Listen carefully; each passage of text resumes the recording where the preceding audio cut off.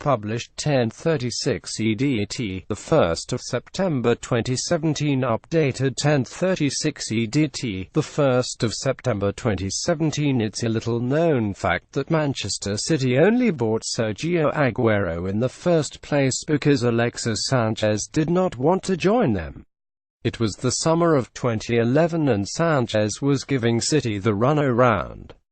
At the time, the club had started securing marquee names Carlos Tevez, Yaya, Toure and David Silva to make a statement of intent and accelerate the development, but the Chilean only had eyes for Barcelona. His representatives had fluttered their eyelashes at City while they needed negotiating options, but then the mood changed and phone calls suddenly went returned.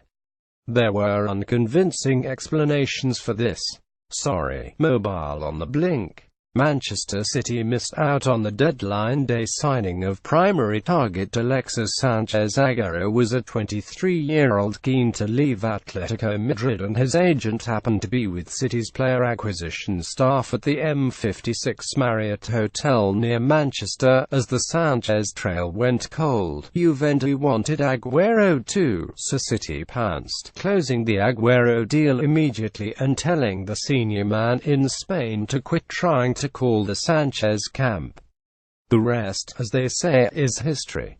The point of the story is that City did the talking early and had backup options in that distant summer and have generally made it an article of faith to avoid the madness of deadline day. They always needed to build in plenty of time, in the days when attracting players to the stadium proved such a hard sell.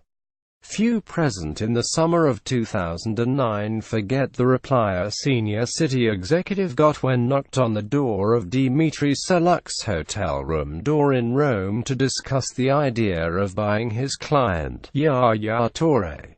Manchester City. Saluk coughed. Why should he leave Barcelona for you? It's a little-known fact that City bought Sergio Aguero because Sanchez did not want to join their director of football model, set up by former chief executive Gary Cook, made City organized in a way that Manchester United, heavily reliant on agents Jorge Mendes and Mino Raiola, have simply not been. The man with that title at the Etihad, Taxi Kibagirishtan, traditionally starts his holiday on September 1st, and when it's over he dedicates his every working hour to targets, analyzing the requirement, identifying 3 or 4 names for each in priority order, then going about securing them. The majority of City's work this summer bears out the philosophy.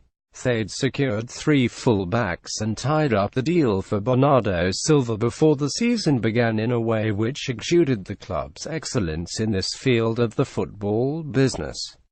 Where Sanchez was concerned, the usual process did not apply. They did not lodge a bid for him until Tuesday night, despite declaring their interest to Arsenal in May and repeating it several times over. That created a mere 48-hour window of opportunity to conclude both a Sanchez deal and hope for the corresponding one which would allow Arsenal to locate a replacement. City's failure to get the business done promptly meant they were burned over. Sanchez. City are indignant about Arsenal's failure to make the necessary preparations to bring Thomas Lemar as a replacement, even the basic due diligence, but how another club goes about its business is, frankly, no business of theirs. Feckless as Arsenal does seem, they do not know whether the failure to entice the Frenchman is simply a consequence of the player's disinclination to leave. Arsenal's apparent disorganization might actually stem from their own reluctance to let the proven game changer go. The inner workings of a selling club can never be within a buyer's control, so City can have no complaints. If you tried to trade in the last day, you can hardly call it business, says one executive familiar with the Premier League market. It's a Wild West saloon at that stage. Things might come off, they might not, but you can't walk into the room with any expectation. Of course, by the law of unintended consequences, the deadline day mess might actually be a renaissance moment for Aguero, and that would be welcome.